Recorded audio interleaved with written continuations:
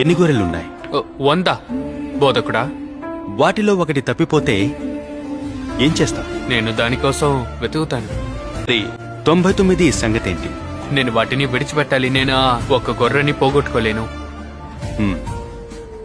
నువ్వు దాన్ని కనుగొంటే నేను దాన్ని నా భుజాల మీద వేసుకుని ఇంటికి తీసుకొస్తాను. బహుశా ఒక చిన్న నాట్యం చేస్తాను. అతను ఎప్పుడూ తప్పిపోని 99 గొర్రెల కంటే ఒక గొర్రె కోసం ఎక్కువ సంతోషిస్తాను. కాబట్టి వీరిలో ఒక్కరు కూడా నశించడం నా తండ్రికి ఇష్టం లేదు.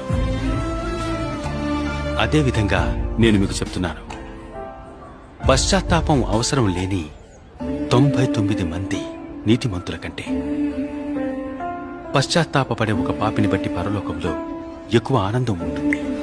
మంది కొరకు నీవు